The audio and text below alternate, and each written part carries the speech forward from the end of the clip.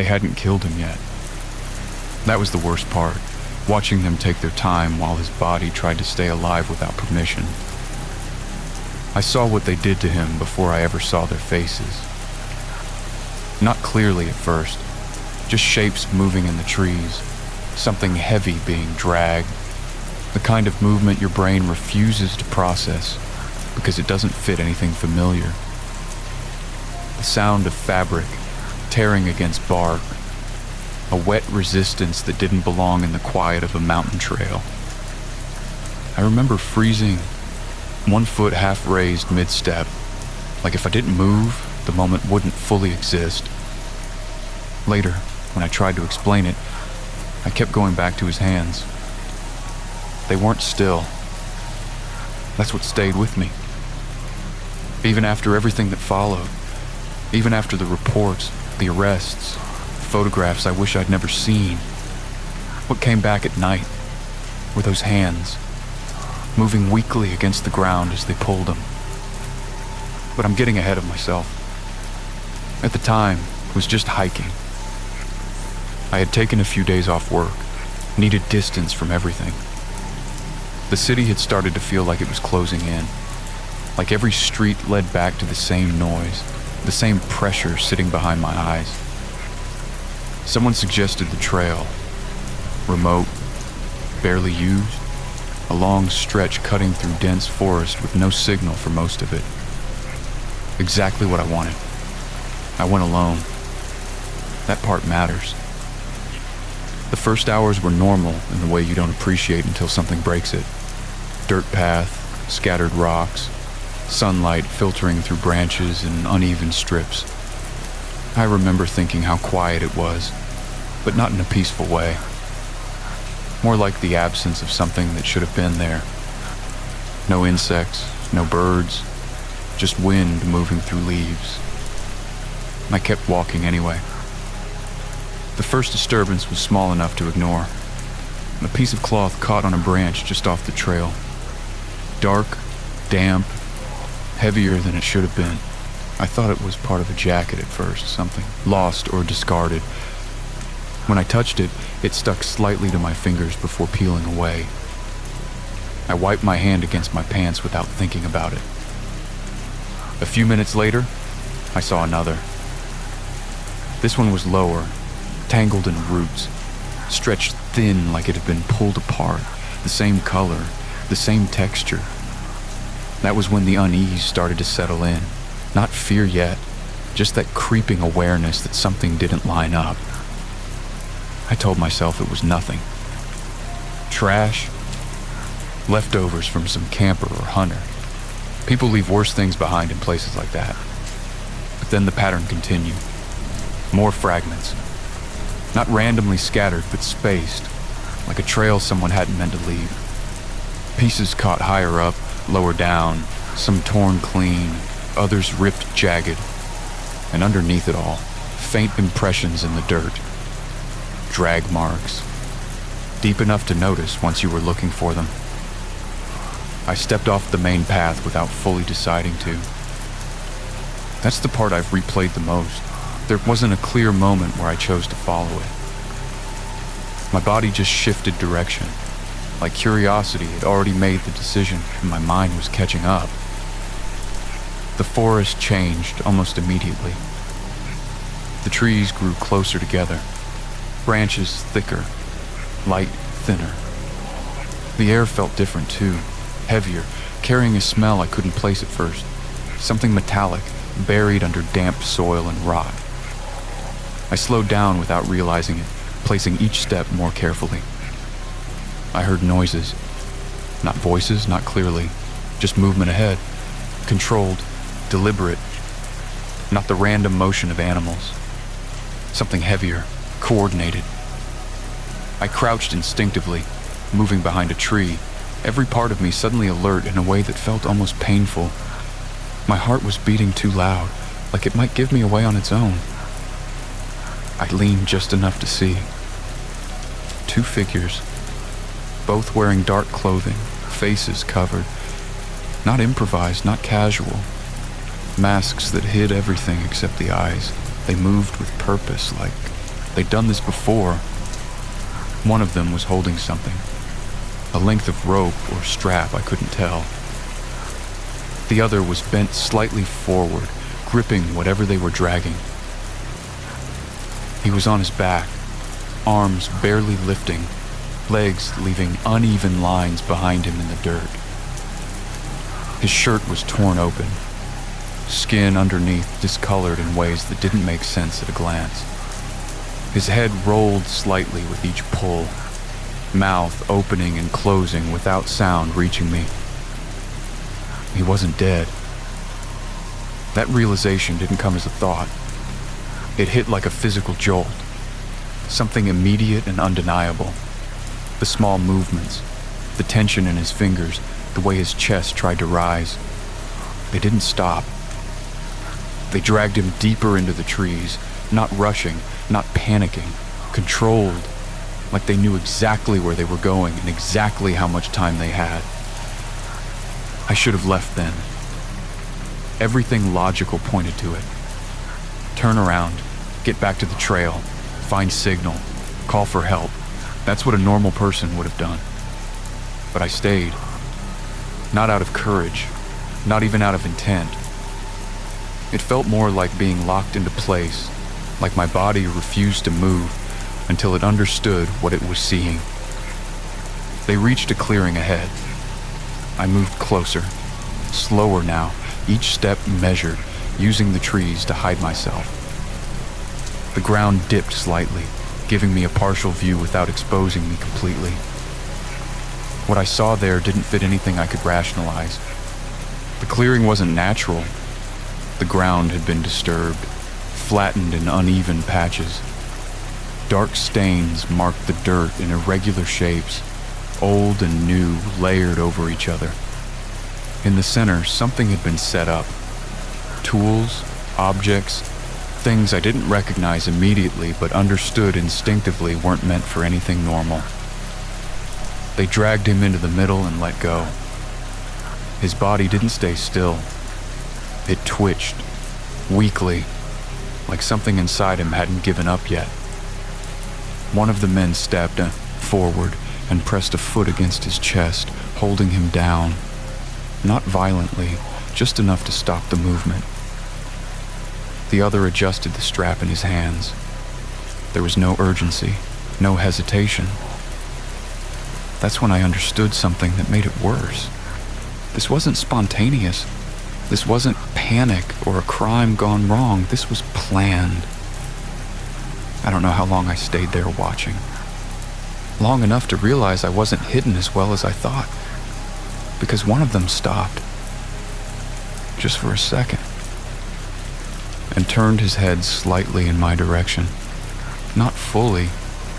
Not enough to confirm he saw me. But enough that something inside me dropped. I didn't wait to find out. I moved back slowly at first, then faster, every step controlled until I was far enough that control didn't matter anymore. Branches scraped against my arms, roots caught my feet, but I didn't stop. I didn't look back, not until I reached the main trail again. And even then, I only glanced once. The forest behind me looked the same as it had before. Quiet, still, empty, like nothing had ever happened there. But I knew better, because somewhere behind those trees they were still working, and I had just seen something I wasn't supposed to survive. I didn't stop running until my lungs started to fail. Not in the dramatic way people describe it, but in a slow, suffocating collapse. Each breath got shallower, tighter, like something inside my chest was shrinking instead of expanding. The trail blurred in front of me, branches clipping my shoulders, roots catching my boots. I nearly went down more than once, and each time I caught myself, I expected hands to grab me from behind. Nothing did. The silence followed me all the way back. By the time I reached the trailhead, the world felt wrong in a way I couldn't explain. The parking area was empty except for my car. No movement, no distant voices. just the same dead quiet that had been sitting in the forest. I got inside, locked the doors immediately, and only then realized my hands were shaking so badly I could barely get the key into the ignition. I told myself I was safe, that they wouldn't come this far, that whatever they were doing back there, it depended on isolation, on control, dragging someone into the open, onto a road, into a place where people could see, that didn't fit the way they operated. That logic held for about 30 seconds. Then I looked in the rearview mirror. There was nothing behind me. No movement between the trees, no figures stepping out onto the path. But something had changed. The forest didn't feel empty anymore. It felt like it was waiting. I drove, too fast at first, then forced myself to slow down so I wouldn't crash on the uneven road. My mind kept replaying what I'd seen, trying to rearrange it into something that made sense. It kept failing. Every time I focused on one detail, the way his chest moved, the way they handled him, the way the clearing looked, it just made everything worse, because it all pointed to the same conclusion. They had done this before, and they weren't worried about being caught. By the time I reached the nearest town, my phone picked up signal again. It buzzed almost immediately, like it had been waiting. Notifications stacked over each other, but I ignored them and went straight to dialing emergency services. My voice didn't sound like mine when they answered. I gave them the location as best as I could, described what I saw in pieces that didn't feel connected. 2 men, masks, a victim still alive, deep in the forest, off the main trail. Expected questions I couldn't answer, doubt in their tone, something that would make me feel like I was overreacting. Instead, the operator went quiet in a way that felt worse. "Stay where you are," she said after a pause. "Officers are already in the area." Already. That word stuck. I pulled into a gas station at the edge of town and waited. Not because they told me to, but because I didn't trust myself to keep driving. My reflection in the windshield looked wrong. Face pale, eyes too wide, something unsettled behind them that I didn't recognize. 10 minutes later, a patrol car pulled in. They parked without urgency. No lights, no rush. That was the second thing that didn't make sense. A man stepped out of the car, adjusting his jacket like he'd just finished something routine. He walked toward me slowly, scanning my face before even asking a question. "You the one who called?" he asked. I nodded. My throat felt dry. "They're out there," I said. "You need to go now. He's still alive. I think he was still alive." The officer didn't react the way I expected. No immediate movement, no radio call.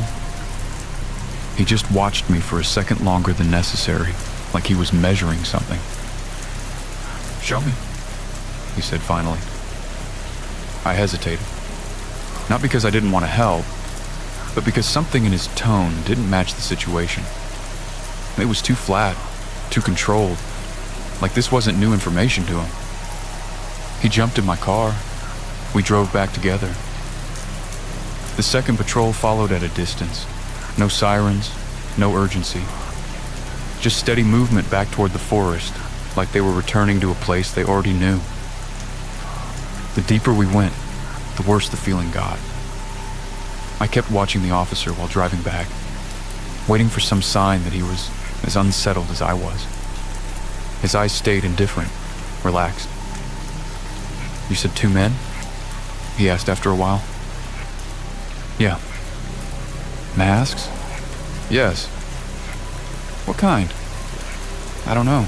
Just covered. Faces completely hidden." He nodded once, like that confirmed something. We reached the trailhead where I'd parked before. The air felt heavier. The officers stepped out first. The second patrol arrived a moment later, and another officer joined us. They exchanged a look, brief, subtle, but loaded with something I couldn't read. "Lead the way," the first one said. Every instinct I had was telling me not to go back in there. But I had already come this far. I had already said too much to walk away clean. So I led them. The trail felt longer the second time. The silence was worse, and the signs I had followed before, the torn fabric, the marks in the dirt, they were still there. I pointed them out as we moved, expecting some reaction, some acknowledgement that this was real. The officers barely commented. They just followed. When we reached the point where I had stepped off the trail earlier, I stopped. "This is where I went in," I said. The first officer looked at the ground, then at the trees, then back at me. "Stay close," he said. We moved into the forest. Every step felt wrong, like retracing something I wasn't supposed to survive twice.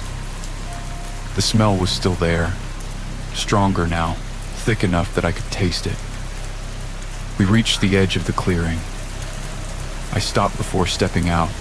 "They were right there," I said quietly, "in the center." The officers moved past me.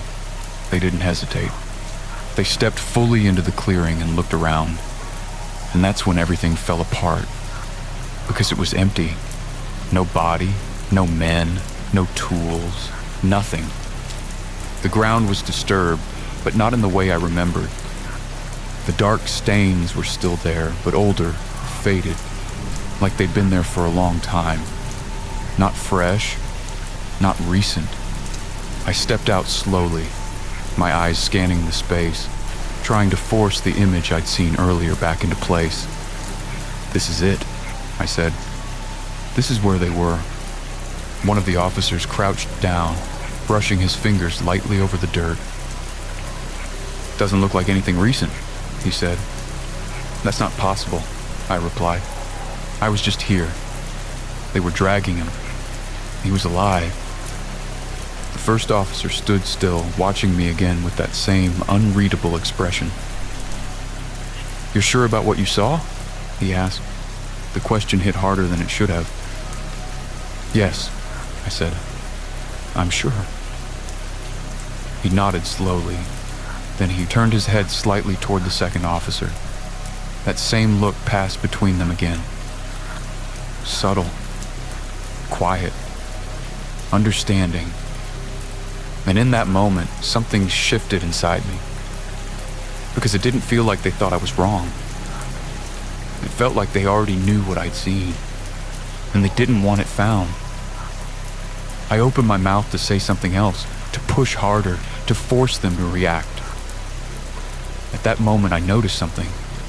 At the far edge of the clearing, half hidden behind a cluster of trees, a strip of fabric, dark, damp, caught on a low branch, exactly like the ones I'd followed before. Except this one was still dripping. I didn't point it out right away. I don't know why.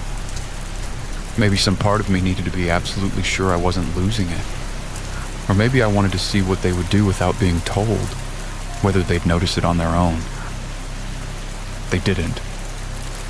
Both officers stayed where they were, scanning the clearing in wide, lazy arcs like they were going through a routine. One of them even turned his back to that side of the trees completely, like it wasn't worth checking. That was enough for me. I stepped toward it slowly, feeling their eyes follow me. Not with urgency, but with attention. The kind you give someone who's about to prove something, or embarrass themselves.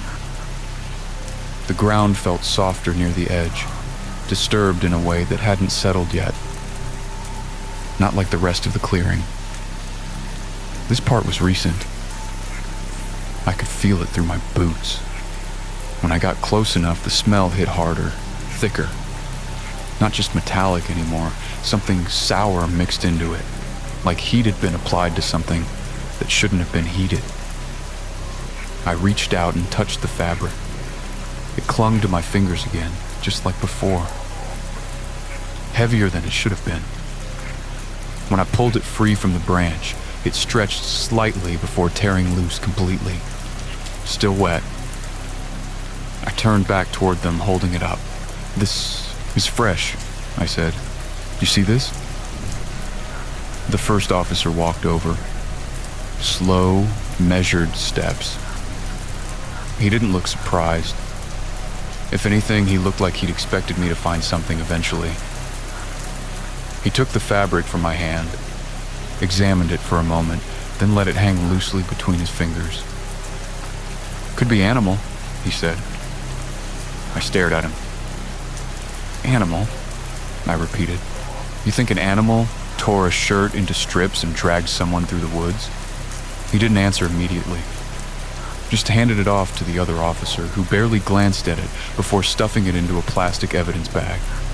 No reaction, no urgency, just procedure.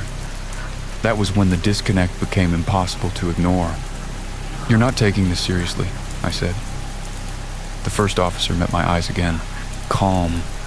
Too calm. "We're taking it seriously," he replied. "We're also not jumping to conclusions." "I saw them," I said, my voice tightening.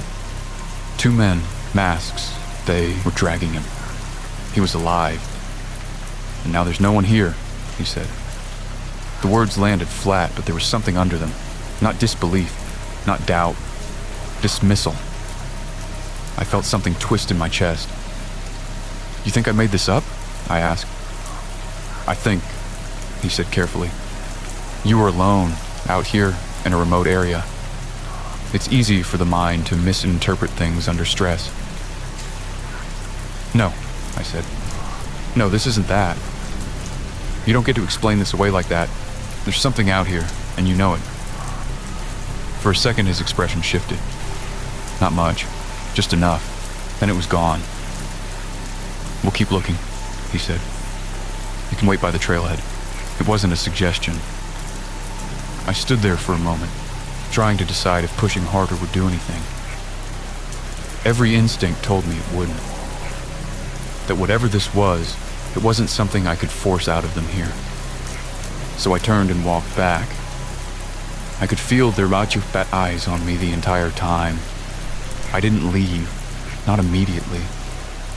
I waited by my car, pacing back and forth, trying to process what had just happened. Every version of it in my head led to the same place. Something was wrong with them. Not just indifferent. Complicit. The thought came quietly at first, like something I didn't want to fully admit. But once it was there, everything started lining up too easily. The lack of urgency, the way they moved, the look they shared. They weren't surprised. They weren't even concerned. They were managing it. About 20 minutes later, they came back, empty-handed. "No sign of anyone," the first officer said. "We'll file a report, but there's nothing else to go on right now." "That's it?" I asked. "For now." He held my gaze just long enough to make it clear that was the end of it. They left shortly after. No follow-up questions, no request for a formal statement on the spot, just a quiet exit like they were closing something that didn't need to stay open. I stood there until their car disappeared down the road. Then I got back into mine, and instead of leaving, I went back. I told myself it was stupid, that if they were involved, if they were part of whatever I'd seen, going back alone was the worst possible decision I could make. But something else was stronger than that. Not curiosity, not even anger. It was the need to confirm that I hadn't imagined it. Because if I had, then there was something wrong with me in a way I couldn't fix. The forest felt different the third time. Darker, even though the light hadn't changed much. Like the space itself had tightened. Every sound I made felt too loud, too obvious. I moved slower this time, more careful. When I reached the clearing again, I didn't step in right away. I stayed at the edge, watching, listening. Nothing. Just the same empty space, the same disturbed ground. But now that I was alone, I could see more. The marks weren't random. They formed something. A pattern in the dirt, subtle, uneven, but deliberate. Lines intersecting, curving in ways that didn't happen naturally. Like something had been arranged there over and over again, pressed into the ground repeatedly until it left a permanent shape. I stepped closer. The stains I'd thought were just scattered weren't. They followed that pattern, layered into it, old and new mixed together. My stomach tightened. This wasn't just one incident. This place had been used a lot. I moved toward where I remembered them standing. The center, the ground there was darker, more compacted, like it had absorbed more than the rest. My boots sank slightly into it, and for a second I thought I felt something shift underneath, not physically, just wrong. I crouched down, looked closer. I caught something, not on the surface, just beneath it. Something pale. I brushed dirt away slowly, my fingers shaking despite myself. The shape became clearer. Not a rock, not debris. Human bone, probably. I pulled back immediately, stumbling slightly as I stood. My heart started racing again, faster than before, because that meant this wasn't just where they brought people, this was where they left them. I turned, scanning the trees, suddenly aware of how exposed I was standing there. And that's when I noticed something else. Footprints. Fresh ones. Not mine, not the officers. These were deeper, heavier, pressed into the softer ground near the edge of the clearing, leading away, not toward the trail, deeper into the forest. I stared at them for a long second. Every instinct told me to leave, to get out, to go somewhere public, somewhere safe, and not come back. But the pattern in the ground, the bone under the dirt, the way everything had been cleaned too perfectly when the officers were there, it all pointed to the same thing. They weren't done, and if I walked away now, no one would ever know what was really happening out here. I followed the footprints. At first they were easy to track, heavy impressions, spaced evenly, like whoever made them wasn't trying to hide anything. That alone didn't make sense. If they had gone through the effort of clearing the scene, why'd leave something this obvious behind? Unless it wasn't meant for everyone. Unless it was meant for someone who came back. The deeper I went, the worse the air got. That same smell returned, stronger now, not just metallic anymore, thick, suffocating. It clung to the back of my throat, made swallowing feel difficult. The trees closed in tighter. And then I saw a structure, hidden between the trees, partially covered by branches and tarp-like material that blended into the surroundings. You wouldn't notice it unless you were already close, which meant it was meant to stay hidden. I slowed down, every step deliberate. There was no movement, no voices, just silence pressing in from every direction. I got close enough to see an opening. Not a door, just a gap. And inside, something shifted. Not clearly, just enough. My body reacted before my mind could catch up. I stepped back. Too late. A hand closed around my arm from behind. Hard, precise, not panicked but controlled. And a voice, low and steady, right next to my ear. You should have left when you had the chance. I didn't scream. Not because I was calm, but because something in the way he held me made it clear that noise wouldn't help. His grip wasn't frantic or aggressive in the usual sense. It was controlled, exact, like he knew exactly how much pressure to use to keep me still without wasting energy. My first instinct was to pull away. I tried. It didn't work. Another hand caught my other arm almost immediately, twisting it just enough to force me off balance. My shoulders shifted in a way that sent a sharp, contained pain through my chest. Not enough to dislocate anything, just enough to remind me how easily it could happen. "Don't," the second voice said quietly. They had been right behind me without making a sound. I stopped fighting, not out of submission, out of calculation. There was no space to move, no leverage, no way to break free without making it worse. My breathing slowed on its own, my body switching into that cold, focused state that comes right before something goes very wrong. "Turn," the first one said. They didn't force me. They loosened their grip just enough that I could move on my own, which somehow made it worse. It felt like a test, like they were watching to see if I'd do something stupid. I turned. Both of them were exactly as I remembered. Same dark clothing, same masks, no visible skin except their eyes, and even those didn't give anything away. No panic, no anger, just attention. Up close, they didn't look chaotic. They looked organized. "You went back," one of them said. I didn't answer. "You brought them," the other added. That one carried more weight. "I called for help," I said. My voice sounded steadier than I felt.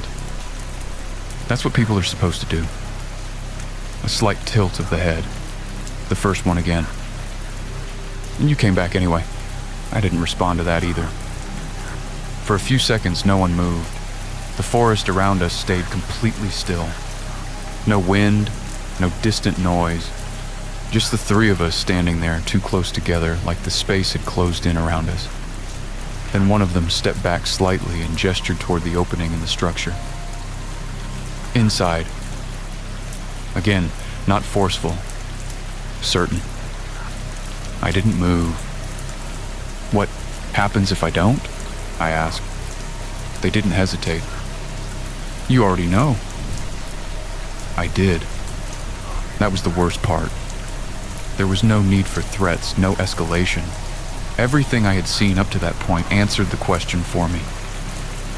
So I stepped forward. The inside was darker than it should have been. Not just from lack of light, but from the way it was built. Layers of material blocked out most of the outside, leaving only thin strips where light leaked in unevenly. It smelled worse in there. Stronger. Concentrated. The ground wasn't natural. Packed down. Flattened. Darkened in patches that hadn't fully blended into each other. Some areas looked older, dried into the dirt. Others were still damp. There were tools, not laid out neatly, not displayed, but present.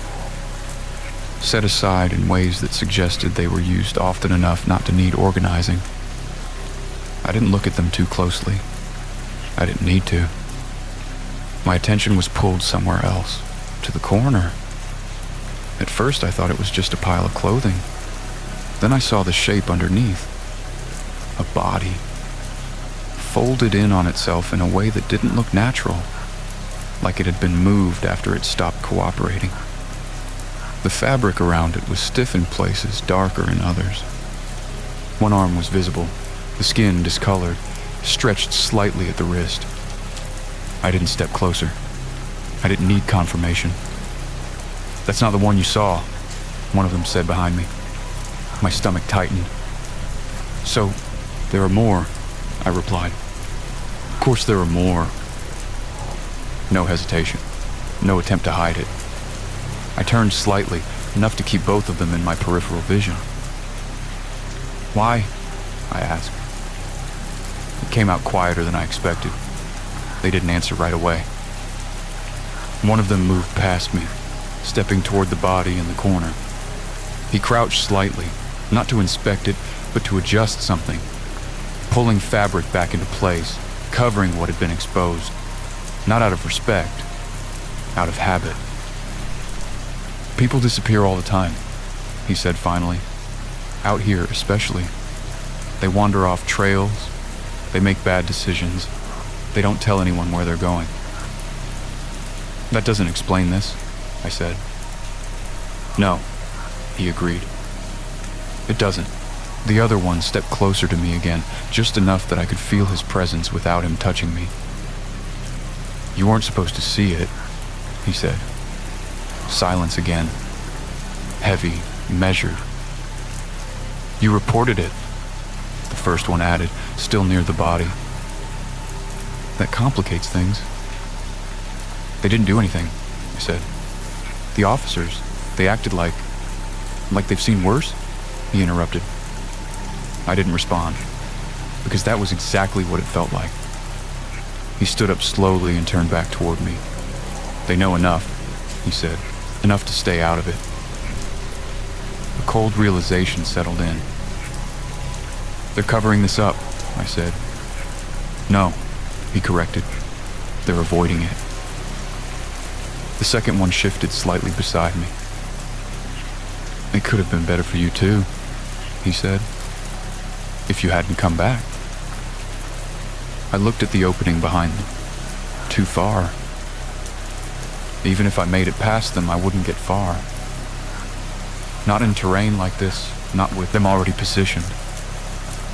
The first one studied me for a moment, head slightly tilted, like he was reassessing something.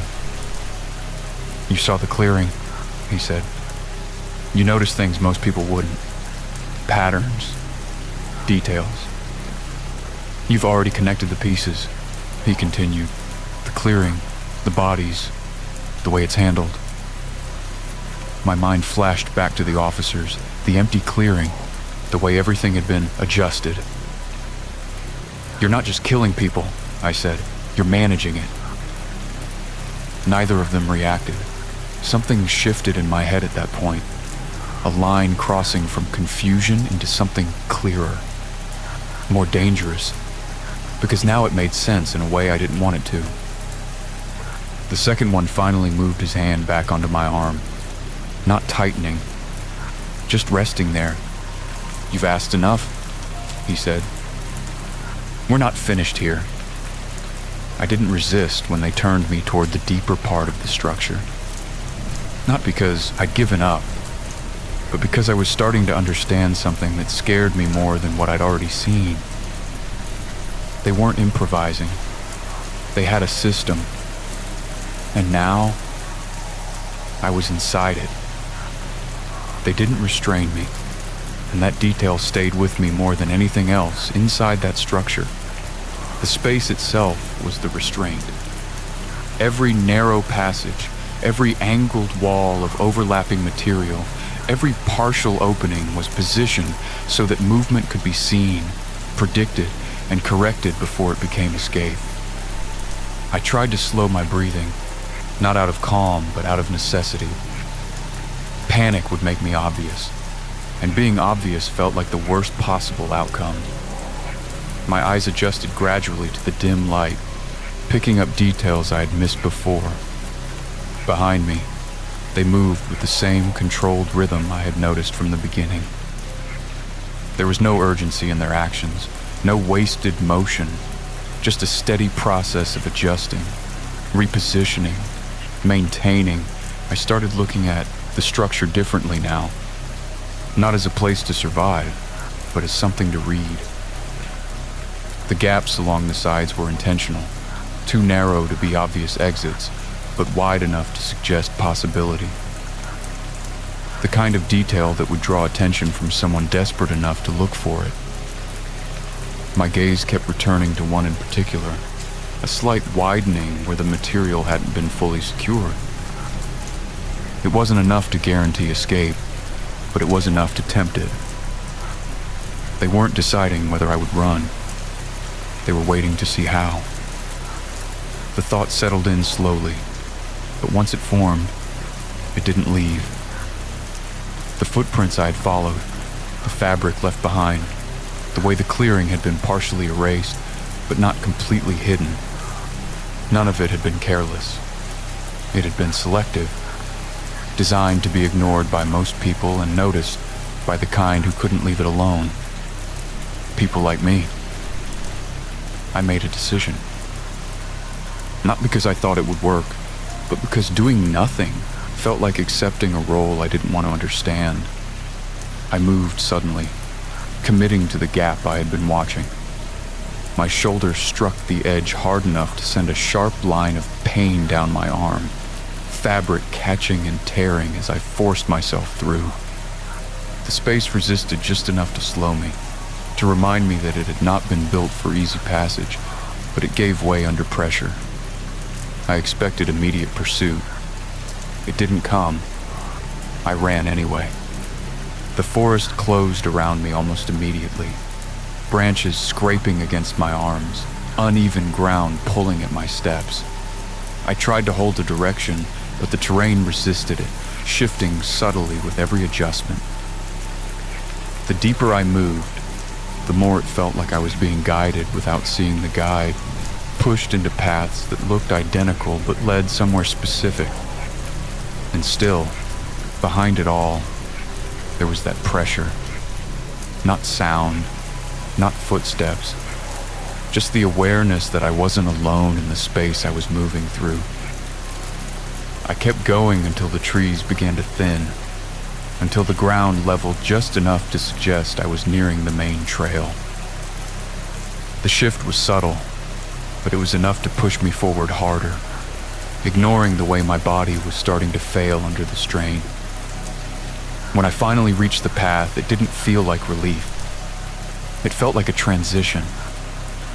By the time I reached my car, my hands had started to shake again. The motion of unlocking the door felt distant, disconnected, like something I was watching rather than doing. I got inside, locked everything, and sat there for a moment longer than necessary before starting the engine. Only then did I look back. The forest stood still, unchanged, offering nothing in return for what it held. For a moment, I believed I'd made it out. They were arrested 2 days later. It wasn't a direct result of my report, not in any clear or satisfying way. Another case had intersected with the same area, another disappearance that couldn't be ignored, and that intersection forced attention where it had been avoided before. When they found the site, it wasn't just the structure or the clearing that drew attention. It was what had been left beneath it. The investigators described it carefully, using language that tried to contain what they were looking at. But even filtered through that distance, the pattern came through. Layers of human remains arranged with intent, not randomly discarded, but positioned in a way that suggested repetition. Not chaos, but structure, and within that structure, documentation. Not records in the traditional sense, not names or dates meant to preserve identity, but observations. Behavior tracked over time, responses noted, outcomes compared. It wasn't about who the victims were, it was about what they did, how they moved, how they chose. There was a section that didn't match the rest. More recent, incomplete. Notes that stopped abruptly, as if something had interrupted the process before it could be finished. I recognized the description before I admitted it to myself. A subject who noticed patterns earlier than expected. A subject who returned to the site after initial exposure. A subject who chose an unconventional escape route. There were gaps where conclusions should have been. Gaps where results were missing. I asked one question, even though I already understood the answer. It wasn't about whether they remembered me. It was about whether they had finished with me. The response I received wasn't direct, but it didn't need to be. The investigator hesitated in a way that felt deliberate, like he was deciding how much to say, without crossing a line he wasn't allowed to acknowledge. I tried to move on after that, but the understanding didn't leave. They hadn't rushed, not when they were in control, and not when I ran. They weren't trying to stop me. They were observing the version of me that thought escape was still possible. They didn't lose me in the forest. They let me reach the trail. They let me reach the road. They let me believe distance meant separation. Because whatever they were studying didn't end in the clearing. It continued afterward. And if that's true, then the part of the process they never finished is still in a progress.